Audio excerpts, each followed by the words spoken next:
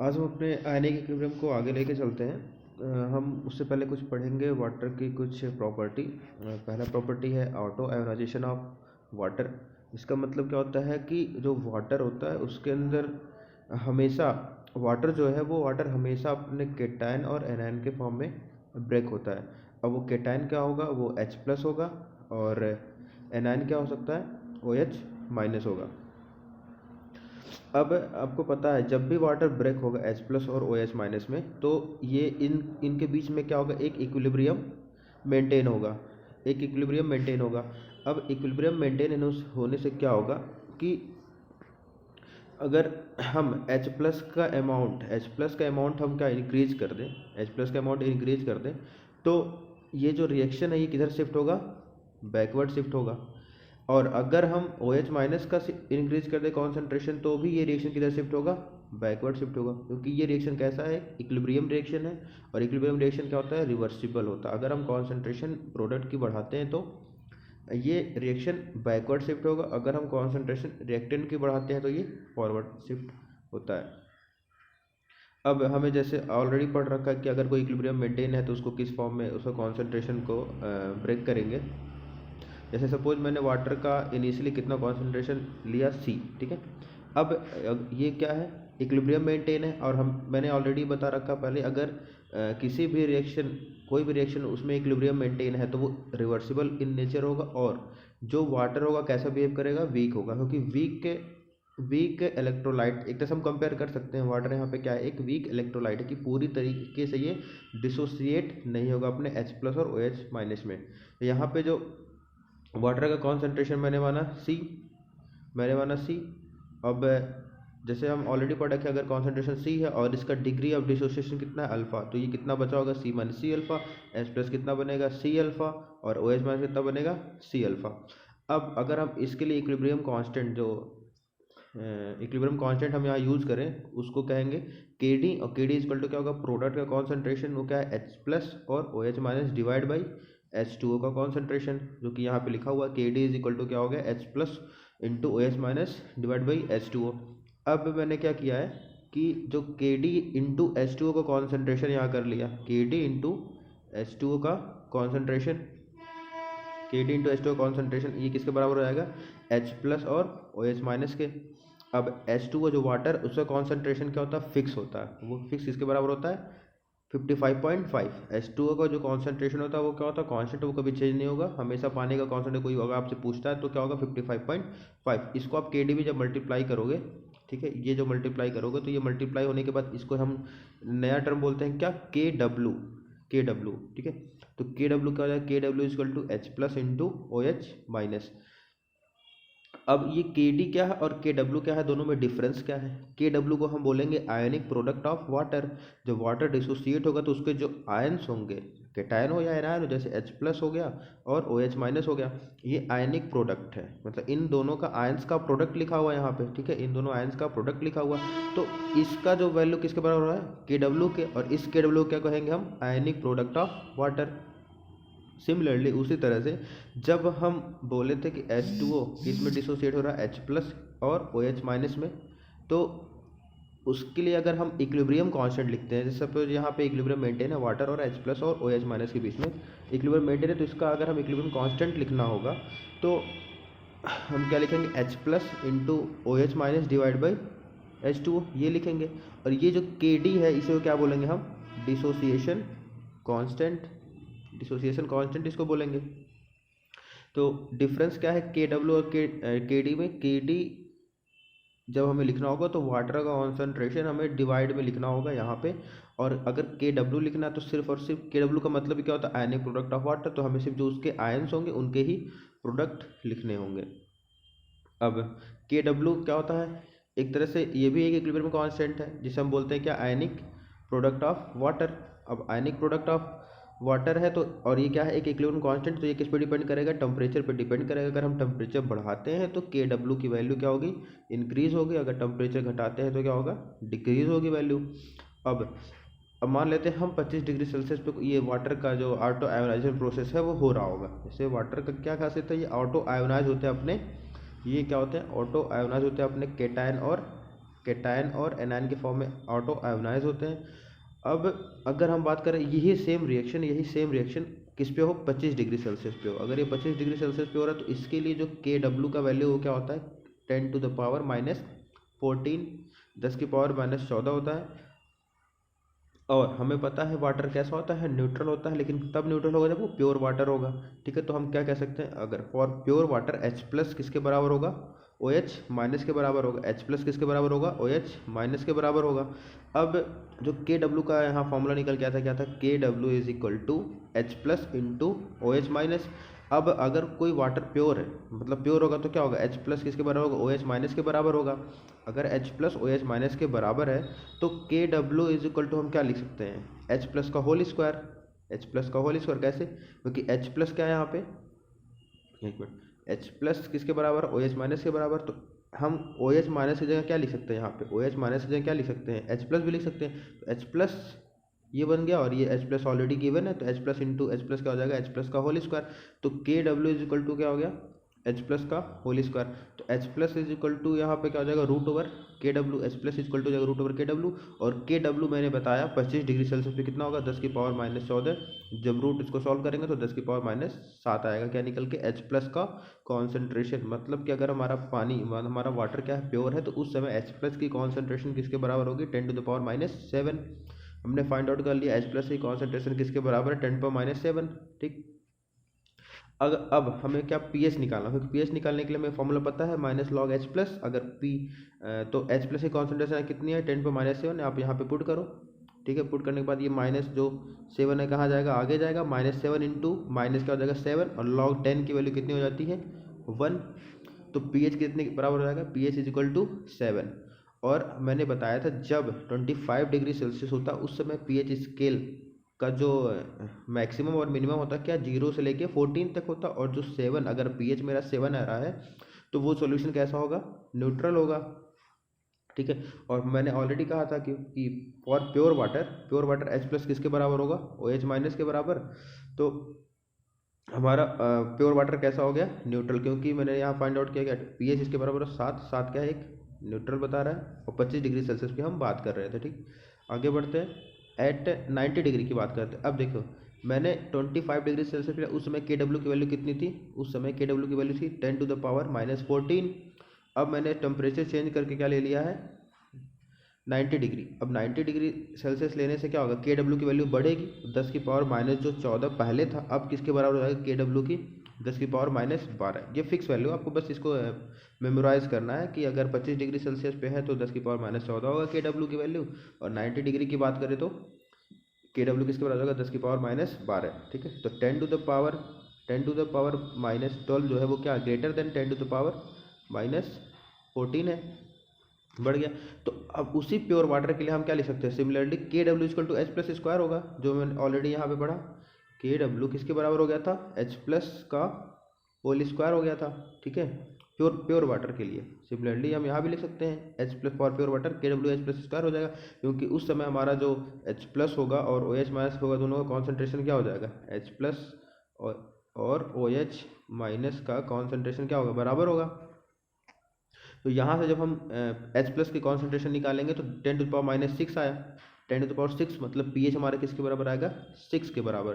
तो हम यहाँ पे पीएच स्केल को देखो, दो मैंने ऑलरेडी बता रखा था, पीएच स्केल क्या है, टेम्परेचर डिपेंडेंट है। अगर टेम्परेचर बढ़ाएंगे तो पीएच में जो स्केल मैक्सिमम मिनिमम होता है वो चेंज हो जाएगा। तो वो चेंज होकर अब कितना हुआ, चलिए बात करते हैं। PH scale is temperature dependent, हाँ ये बता रखा था, पीएच स्केल क्या है, एक टेम्परेचर डिपेंडेंट है। अगर हम 25 डिग्री सेल्सियस की बात करें और 90 डिग्री सेल्सियस की बात करें, दोनों हमने ऑलरेडी डिराइव कर रखा। अभी कब क्या होगा, अगर 25 डिग्री सेल्सियस की बात करते हैं तो पीएच स्केल का जो रेंज होगा वो क्या होगा, 0 से लेके 14 तक होगा, 0 से 14 होगा। और मैंने बताया था 0 से 7 क्या होगा, एसिडिक नेचर होगा अगर पीएच आता, और 7 to 14 कैसा नेचर होगा, बेसिक।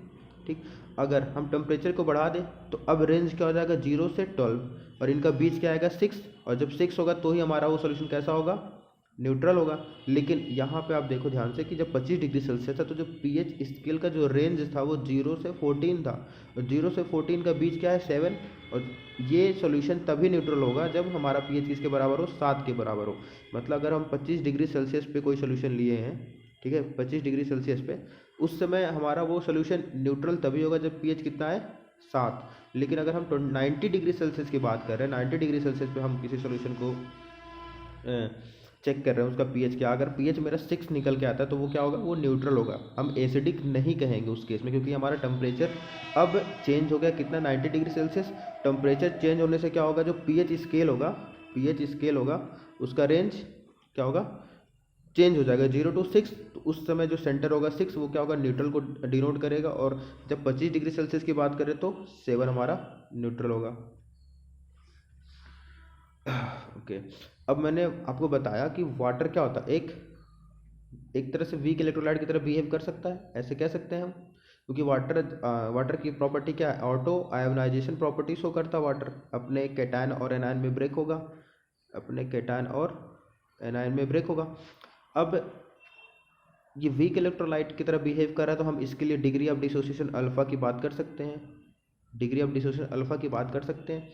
तो हमें यहाँ पे वही निकालना है कि degree of dissociation of water, हमें ये निकालना है कि अगर हमारा वाटर जो ब्रेक हो रहा है कि इसमें H+ और OH- के फॉर्म में ब्रेक हो रहा है, तो वो कितना ज़्यादा ब्रेक हो रहा है, कम हो रहा है या ज़्यादा हो रहा है, वो कौन बताएगा, डिग्री ऑफ डिसोसिएशन बताएगा। मतलब अल्फ़ा अगर ज़्यादा होगा तो H+ और OH- में ज़्यादा टूटेगा कौन, वाटर। अगर degree of dissociation of water क्या हो, कम हो, तो H+ और OH में कम टूटेगा। तो अब यहाँ पे भी हम दो टेम्परेचर डिफाइन करेंगे, एक पे लेंगे 25 डिग्री सेल्सियस पे और एक 90 डिग्री सेल्सियस पे। मैंने बताया था जैसे ही हम टेम्परेचर को इंक्रीज करेंगे तो इसका इक्विलिब्रियम कांस्टेंट जो है वो इंक्रीज होगा। इक्विलिब्रियम कांस्टेंट इंक्रीज होगा तो डिग्री ऑफ डिसोसिएशन भी इंक्रीज होगा। तो कुल मिलाकर हम कह सकते हैं कि अगर हम टेम्परेचर को इंक्रीज कर देते हैं तो जो अल्फ़ा है वो क्या होगा, ज़्यादा होगा। अल्फ़ा ज़्यादा होगा तो जो वाटर है अपने H+ और OH- में ज़्यादा ब्रेक होगा, कि डिग्री ऑफ डिसोसिएशन ही अब इंक्रीज़ हो गया है जब हम टेम्परेचर इंक्रीज़ कर दिए। और जब टेम्परेचर 25 डिग्री सेल्सियस है उस समय अल्फ़ा कुछ और आएगा। हम इसको प्रूव भी कर सकते हैं हमारा अल्फ़ा ज़्यादा आ रहा है या कम आ रहा है। कैसे कि जैसे H2 है, क्या H+ और OH- के फॉर्म में ब्रेक हुआ, ठीक है। इसका कॉन्सेंट्रेशन सपोज हमने माना वाटर का पहले C था, तो बचा कितना होगा, जब इक्विलिब्रियम आ चुका होगा तो C - C अल्फ़ा, ठीक है। H+ कितना बनेगा C अल्फ़ा और OH- कितना बनेगा C अल्फ़ा, ठीक है। H+ कितना निकल गया मेरा C अल्फ़ा, H+ किसके बराबर होगा C अल्फ़ा। और हमें पता अगर हमारा वाटर कैसा होता है, न्यूट्रल होता है। न्यूट्रल जब हमारा वाटर होगा उस केस में हमारा H+ की कॉन्सेंट्रेशन कितनी आई थी at 25 degree Celsius. 25 degree Celsius पे H+ की कॉन्सेंट्रेशन आई थी 10⁻⁻7। हमने ऑलरेडी ऊपर देख लिया था, ठीक है। ऊपर हमने यहाँ देखा था, हम जब 25 डिग्री सेल्सियस की बात कर रहे थे उस समय यहाँ पे 25 डिग्री सेल्सियस की बात कर रहे थे उस समय ये 10⁻⁻7 था। H+ का कॉन्सेंट्रेशन किसके लिए, फॉर प्योर वाटर, न्यूट्रल होगा। अभी हमारा क्या था, डिग्री ऑफ डिसोसिएशन हम कैलकुलेट कर रहे हैं वाटर के लिए, अल्फ़ा में फाइंड आउट करना है। और H+ किसके बराबर है, यहाँ पे H+ का जो कॉन्सेंट्रेशन है वो किसके बराबर है, ध्यान से देखो तो C अल्फ़ा। तो जो C अल्फ़ा है, यहाँ पे हमें अल्फ़ा निकालना है यहाँ से। तो अल्फ़ा H+ की कॉन्सेंट्रेशन डिवाइड बाई C, और H+ की कॉन्सेंट्रेशन किसके बराबर है कि 10⁻⁷ आ जाएगा एट 25 डिग्री सेल्सियस पे। अगर वो वाटर जो है वो ऑटो आयोनाइज हो रहा है 25 डिग्री सेल्सियस पे, तो H+ और OH- के फॉर्म में ब्रेक होगा। और उस समय जो H+ और OH- की कॉन्सेंट्रेशन क्या होगी, बराबर होगी, क्योंकि हमारा वाटर क्या होता है, न्यूट्रल होता है। तो H+ की कॉन्सेंट्रेशन हमें पता चला क्या, 10⁻⁷ है। इसको हम C से डिवाइड करेंगे, और C क्या है, कॉन्सेंट्रेशन किसका, वाटर का। और कॉन्सेंट्रेशन ऑफ वाटर मैंने ऑलरेडी बता रखा अभी कि फिक्स होता है 55.5। आप क्या पुट करो, alpha is equal to 10⁻⁷ divide by 55.5। इसको सॉल्व करोगे तो अल्फ़ा की वैल्यू कितनी निकल के आएगी, 1.8 इंटू 10⁻⁹। सिमिलरली उसी तरह से सेम हम जब 90 डिग्री सेल्सियस पे ऑटो आयोनाइजेशन ऑफ वाटर को देखेंगे, मतलब वाटर को बस हम 90 डिग्री सेल्सियस पे थोड़ा गर्म कर दिया, उस समय भी वाटर की प्रॉपर्टी है ऑटो आयोनाइज होना, H+ और OH- के फॉर्म में वो ब्रेक होगा। अब जब ब्रेक होगा उस समय हम H+ की कॉन्सेंट्रेशन निकालते हैं, तो सिमिलरली यही रिएक्शन वहाँ भी फॉलो होगा। H+ क्या होगा, H2 जब हमारा ब्रेक होगा H+ और OH- के फॉर्म में ब्रेक होगा। अब 90 डिग्री सेल्सियस पे बस डिफरेंस क्या हो जा रहा है कि अल्फ़ा उसका इंक्रीज होना चाहिए, और वो इंक्रीज हो रहा है कि नहीं हो रहा, वही हमें प्रूव करना है। हमारा एक अल्फ़ा है 1.8 इंटू 10⁻⁹।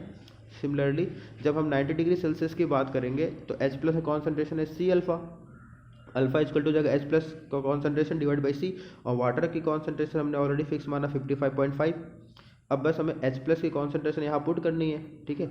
मैंने ऑलरेडी यहाँ ऊपर बता रखा था, जब हम 90 डिग्री सेल्सियस की बात करेंगे, जब हमारा कोई वाटर को 90 डिग्री सेल्सियस बात करेंगे, उस समय हमारा एच प्लस की कॉन्सेंट्रेशन कितना आया था, 10 की पावर माइनस 6 आया था। तो हम यहाँ बस एच प्लस की कॉन्सेंट्रेशन क्या पुट कर देंगे, 10⁻⁷ 90 डिग्री सेल्सियस पे। लेकिन 25 डिग्री सेल्सियस पे कितना होगा, 10⁻⁷, और 90 डिग्री सेल्सियस पे कितना हो जाएगा, 10⁻⁶।